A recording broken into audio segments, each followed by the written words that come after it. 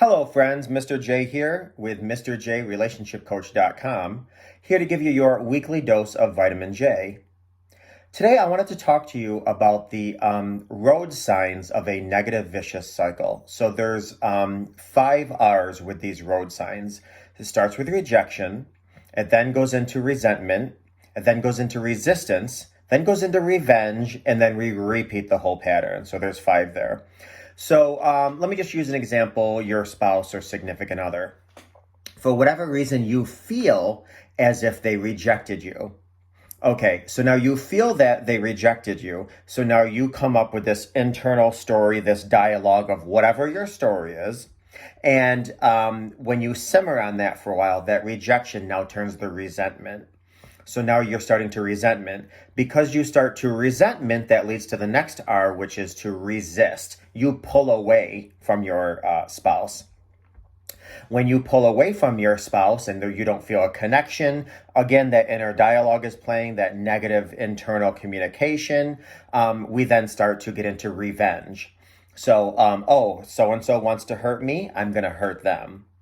And then the last R is repeat, because when you hurt somebody, they pull away and then you further feel rejected. So it starts that whole R situation again. So those are the 5 R's. There's rejection, resentment, resistance, revenge, repeat. Those are the 5 R's, the negative cycle of the road signs.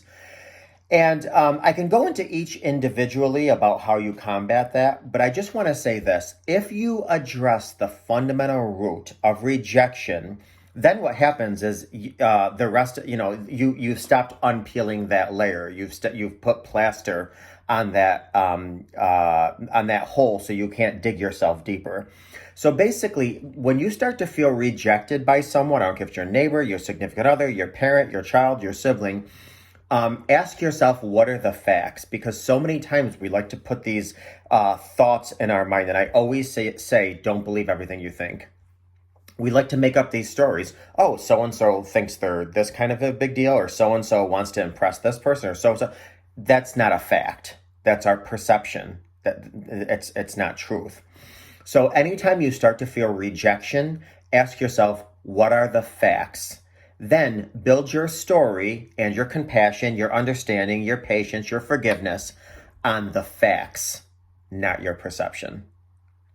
I hope you got something out of today's Vitamin J, this week's Vitamin J. As always, never hesitate to reach out to me for any reason. Take care of yourself and others.